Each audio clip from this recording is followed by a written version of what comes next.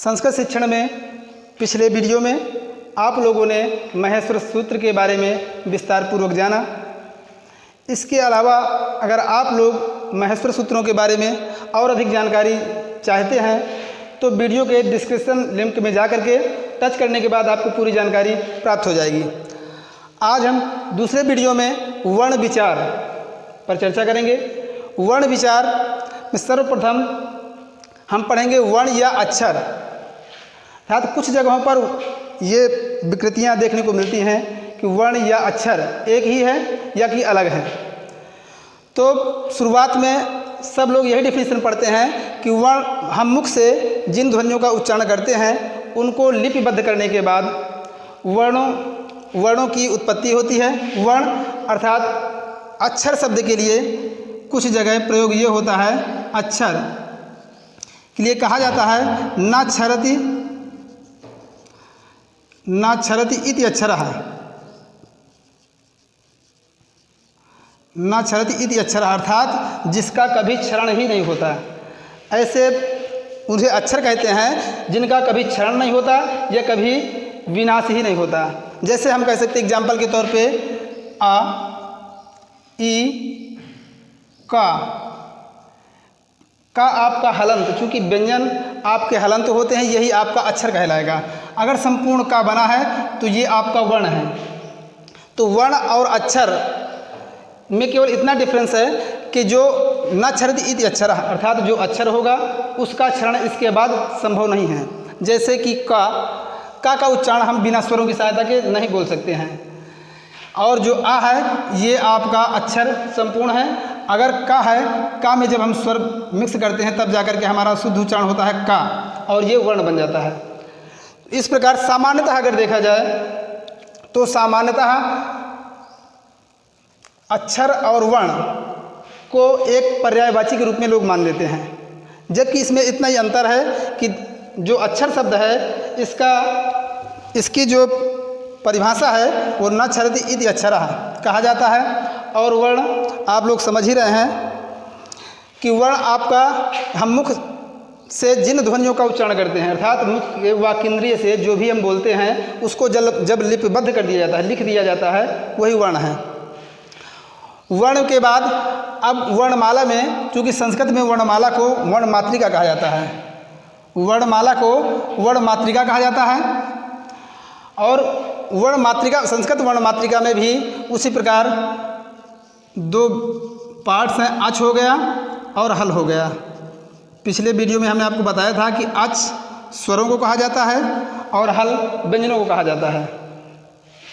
तो अच और हल के अलावा इस वर्णमातृका, संस्कृत वर्णमातृका में अगला नंबर आता है आयोगवाह। आयोगवाह संस्कृत भाषा में 4 आयोगवाह होते हैं, क्योंकि स्वर में आप लोगों ने पढ़ा है कि आ से लेकर के आहा तक सभी स्वर पढ़ते हैं। तो इसमें जो आयोगवाह हैं, तो संस्कृत में आयोगवाहों की संख्या 4 है। 4 आयोगवाह हैं।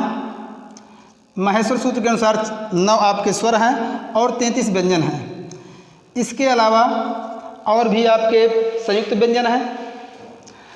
जो 4 आयोगवाह हैं, कभी कभी ये पूछ लिया जाता है कि संस्कृत में जो 4 आयोगवाह हैं उनके नामों का उल्लेख करिए।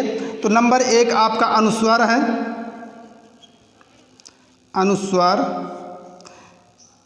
जो कि ऊपर बिंदी लगी होती है, अंक की मात्रा होती है, उसको अनुस्वार बोलते हैं। और एक विसर्ग होता है जिसमें 2 बिंदियाँ बगल में लगी होती हैं, ये आपका विसर्ग है। तो अनुस्वार और विसर्ग ये भी आपके आयोगवाह के अंतर्गत आते हैं, क्योंकि इसकी गणना स्वरों में नहीं की गई है। और इसके अलावा संस्कृत में 2 आयोगवाह और हैं। एक का नाम है जिह्वा मूलीय। जिह्वा मूलीय, जिह्वा मूलीय एक आयोगवाह है। और इसका जो चिन्ह होता है, सांकेतिक चिन्ह, उसमें यह बताया गया है कखाभ्याम प्रागर्ध विसर्ग सदृशो जिह्वा मूली है। अर्थात जो का वर्ण है और अथवा खा वर्ण, इसके प्रागर्ध विसर्ग सदृशो, अर्थात इसके पहले का या खा के पहले अगर एक विसर्ग का अर्ध कोई चिन्ह इस तरह बना है, जैसे कह दिया जाए ये विसर्ग है आपका, विसर्ग का हाफ करने के बाद एक चिन्ह बना होता है, इसको हम जिह्वा मूल्य कहेंगे। लेकिन शर्त ये है का और खा के पहले, इन दो चिन्हों के पहले अगर ये चिन्ह बनता है तो जिह्वा मूल्य कहलाया जाएगा। और एक अयोगवा है आपका उपधमानीय, उपधमानीय, ये भी आपका अयोगवा के अंतर्गत है। लेकिन इसमें शर्त, जैसे कि जिह्वा मूल्य में का और खा दो वर्ण थे, तो इस उपधमानीय में पा और फा ये दो वर्ण हैं। और जो चिन्ह है सांकेतिक चिन्ह सेम यही है, अगर पा और फा के पहले यही चिन्ह बना है तो इसको हम उपधमानीय वर्ण कहेंगे। तो जो आपके ये चार अयोगवा, क्योंकि ज़्यादातर क्वेश्चन ये पूछा जाता है कि संस्कृत भाषा में अयोगवाहों की संख्या क्या है, तो संस्कृत भाषा में चार अयोगवा हैं। इनको आप लोगों ने समझ लिया है कि अनुस्वार, विसर्ग और जिह्वा मूली के अलावा उपधमानीय, ये चार अयोगवा हैं। अच और हल के बारे में पिछले वीडियो में हम लोगों ने विस्तार पूर्वक पढ़ा है। अब इसके बाद हमें ये पढ़ना है कि इन जितने भी वर्ण हैं इनका उच्चारण काल क्या होता है। इनका उच्चारण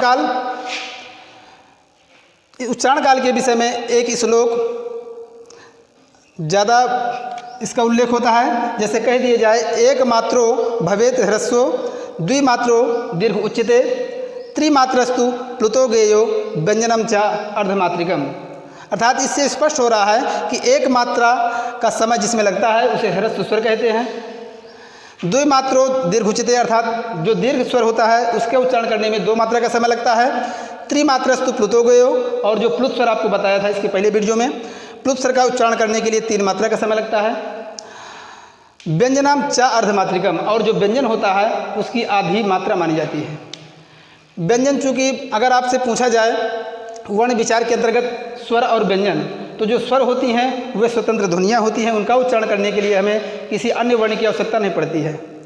और जहाँ तक व्यंजनों की बात है, व्यंजन एक ऐसे वर्ण होते हैं जिनका उच्चारण करने के लिए हमें स्वर वर्णों की आवश्यकता होती है, क्योंकि बिना स्वर वर्णों के सहयोग के हम व्यंजन का उच्चारण नहीं कर पाते हैं। इसलिए इनको कहा भी गया है व्यंजनम च अर्धमात्रिकम, चूँकि ये आधे मात्रिक होते हैं, अर्थात हलंत वर्ण होते हैं, इसलिए संस्कृत में इनको हल कहा जाता है।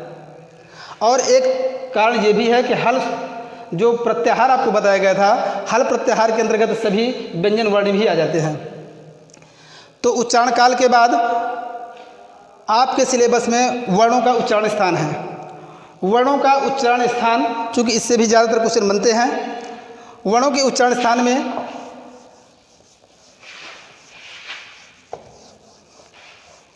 हम मुख के जिस भाग से जिस वर्ण का उच्चारण करते हैं, जिस भाग से कोई भी वर्ण उच्चारित होता है वही उस वर्ण का उच्चारण स्थान होता है। इसके बारे में ज़्यादातर आपके क्वेश्चन ये आते हैं। क्वेश्चन आता है हा का उच्चारण स्थान बताओ, हा या विसर्ग का उच्चारण स्थान क्या होता है। क्योंकि विकल्पीय में क्वेश्चन ज़्यादातर बनते हैं, तो इनका उच्चारण स्थान जानने के लिए हम आपको सूत्रों के माध्यम से विस्तार पूर्वक पूरी जानकारी दे रहे हैं। पहला सूत्र है आपका अकुह विसर्ज निया नाम कंठा, ये एक सूत्र है। अकुह विसर्ज निया नाम कंठा, इसका तात्पर्य ये है, आ से तात्पर्य है आ, चूँकि आ ह्रस्व और दीर्घ दोनों हैं। आ से तात्पर्य ह्रस्व और दीर्घ दोनों आ से है। कु का तात्पर्य का वर्ग से है, का वर्ग। क्योंकि संस्कृत भाषा में कुछ वर्ण होते हैं, जैसे कि उस दिन आपको बताया गया था, ये पढ़ा जाता है, उदित वर्ण होते हैं, कु चु टू तु पु, ये वर्ण होते हैं, इनको उदित वर्ण कहते हैं, उदित वर्ण। और ये अपने पूरे वर्ग का द्योतक होता है। जैसे कु का मतलब होता है का वर्ग, का के पांचों वर्ण का, खा, गा, घा, अंग, अर्थात पांचों वर्ण आपके का वर्ग के 2 तक हैं, कु का मतलब है। और इसके बाद हा, और विसर्जनीय नाम का अर्थात विसर्ग, ये विसर्ग का चिन्ह है, इनका उच्चारण स्थान कंठ होता है। आकुह विसर्जनीय नाम कंठः, यानी ह्रस्व आ, दीर्घ आ, का वर्ग के सभी का हा का और विसर्ग का उच्चारण स्थान कंठ होता है। अब इनमें से अगर ये क्वेश्चन आ जाए गा का उच्चारण स्थान क्या होगा, तो गा का उच्चारण स्थान भी कंठ ही होगा, चूंकि का वर्ग का तात्पर्य सभी वर्णों से है। दूसरा सूत्र है आपका ईचु यसा नाम, ईचु यसा नाम तालु, इसका तात्पर्य भी यही है। ई का तात्पर्य है ह्रस्व और दीर्घ दोनों ई, चू का तात्पर्य चा वर्ग से है, चा वर्ग, ईचु या और सा,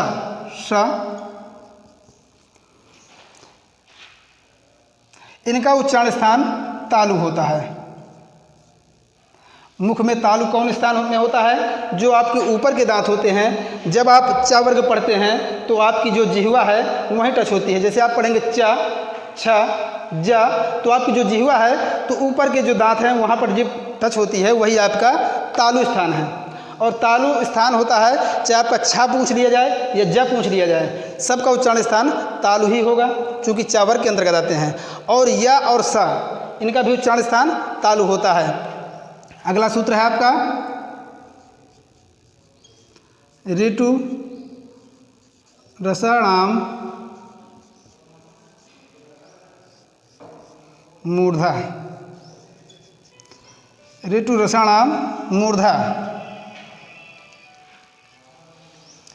इसका तात्पर्य री,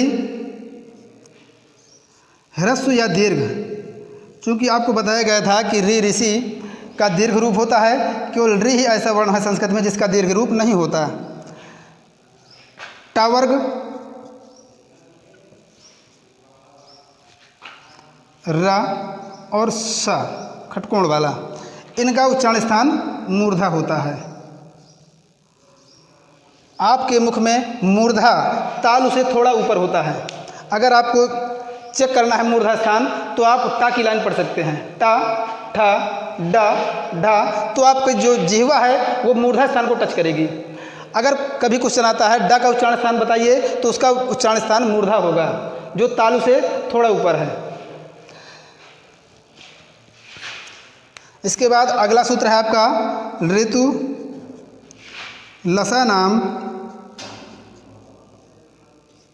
दंतः, ऋतु लसा नाम दंतः, री तू का मतलब हो गया ता वर्ग, ला और सा, इनका उच्चारण स्थान दंत है। इनका उच्चारण करने के लिए हमें दंत की आवश्यकता होती है, जैसे ता, था, दा, इसमें इनका उच्चारण स्थान दंत होता है। उपु पद्म निया नाम ओष्ठव, उपपद्मनीय नाम ओष्ठव, उ अर्थात ये इसका भी आपका दीर्घ रूप और लघु रूप। यहाँ पर आपका जो री शब्द है ये आपको बार बार बताया जा रहा है कि इसका केवल लघु रूप ही होता है, ह्रस्व रूप होता है, इसका कोई दीर्घ नहीं बनता है। जबकि जो संधि स्वर होते हैं आपके ए, आए, ओ, औ, उनका कभी ह्रस्व नहीं बनता है। ये क्वेश्चन टेट में ज़्यादातर पूछा जाता है। उपपद्मनीय नाम से ह्रस्व उ और दीर्घ उ, उसके बाद पु का तात्पर्य है पावर्ग से, पावर्ग, और उपधमानीय वर्ण, उपधमानीय वर्ण, उपधमानीय वर्ण के बारे में भी आपको बताया कि ये एक अयोगवा होता है। उपधमानीय का अगर उच्चारण स्थान पूछ लिया जाए तो उसका भी उच्चारण स्थान ओष्ठ ही होगा। जैसे आपका पावर्ग है पा, फा, बा, बिना ओष्ठ की सहायता के आप नहीं बोल कर सकते हैं। आपका जो उच्चारण होगा वो सही नहीं हो सकता बिना ओष्ठ के। इसके अलावा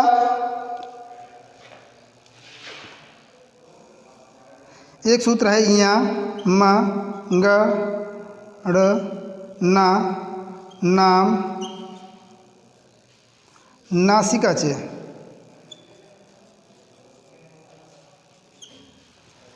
ये आपके जो पंचम वर्ण हैं, प्रत्येक वर्ण का जितने भी वर्ग हैं आपके सभी का जो पंचम वर्ण इया मा अंगा आड़ा ना, अर्थात जो ये स्पर्श व्यंजन के जो पांचवा वर्ण है, प्रत्येक वर्ण का जो पंचम अक्षर है इनका सबका उच्चारण स्थान होता है नासिका से। नासिका उच्चारण स्थान होता है इनका। और क्वेश्चन कभी कभी ये आ जाता है कि अंगा का उच्चारण स्थान, चूँकि एक बार पूछा गया था अंगा का उच्चारण स्थान। अब इसमें आप लोग ये कंफ्यूज होते हैं कि अंगा का उच्चारण स्थान आपका कंठ भी है, का वर्ग के अंतर्गत आता है, और अय्या मगरदा नाम नासिका चे सूत्र से इसका उच्चारण स्थान नासिका है।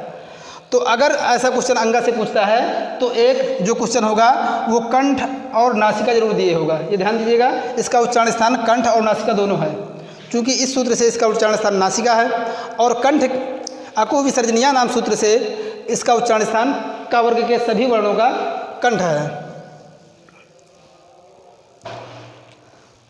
अगला सूत्र है आपका एदय तो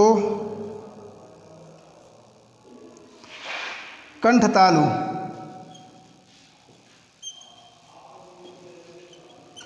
एदय तो कंठ तालु, अर्थात ए और अय इनका उच्चारण स्थान है कंठ और तालु दोनों। अब इसमें अगर आप लोग कन्फ्यूजन हो रही है तो आप चेक कर सकते हैं, ह्रस्व आ और दीर्घ आ इसका उच्चारण स्थान है कंठ, और जो ह्रस्व ई है और दीर्घ ई है इनका उच्चारण स्थान है तालु। और जब आप संधि स्वर के अंतर्गत पढ़ते हैं कि ह्रस्व आ या दीर्घ आ प्लस ह्रस्व ई या दीर्घ ई जब जोड़ते हैं तो इनसे रूप क्या बनता है ए। ये आपकी गुण संधि में बताया जाता है कि आ और ई मिलकर के ए बनते हैं। जब इसी ए के बाद ए नहीं है, ये ए है, ए बनता है, और इसमें जब ए के असमान कोई स्वर आता है तो वृद्धि संधि के अंतर्गत इसका अय हो जाता है। तो ये एदय तो कंठ तालु से क्वेश्चन आते हैं, तो ए और अय का उच्चारण स्थान कंठ और ताल दोनों हैं। कंठ तालु। ओदव तो कंठोष्ठम।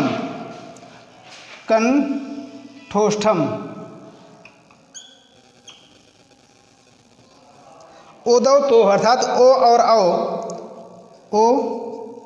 और औ इनका उच्चारण स्थान कंठ और ओष्ठ दोनों होता है। कंठ और ओष्ठ।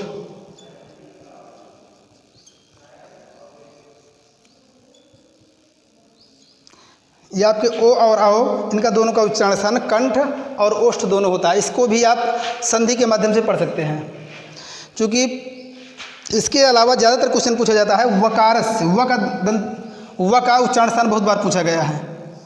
व का उच्चारण स्थान क्या है, तो इसके अंतर्गत एक सूत्र आता है वकारस्य दंतोष्ठम। वकारस्य दंतोष्ठम, अर्थात जो व का उच्चारण स्थान होता है वो दांत और ओष्ठ दोनों होता है। दंत और ओष्ठ दोनों इसका उच्चारण स्थान होता है। ओष्ठ। ये है आपके उच्चारण स्थान। उच्चारण स्थान के बाद आपके प्रयत्न आते हैं। अगले वीडियो में हम आप कोशिश करेंगे, प्रयत्न का पूरा वीडियो बनाया जाएगा।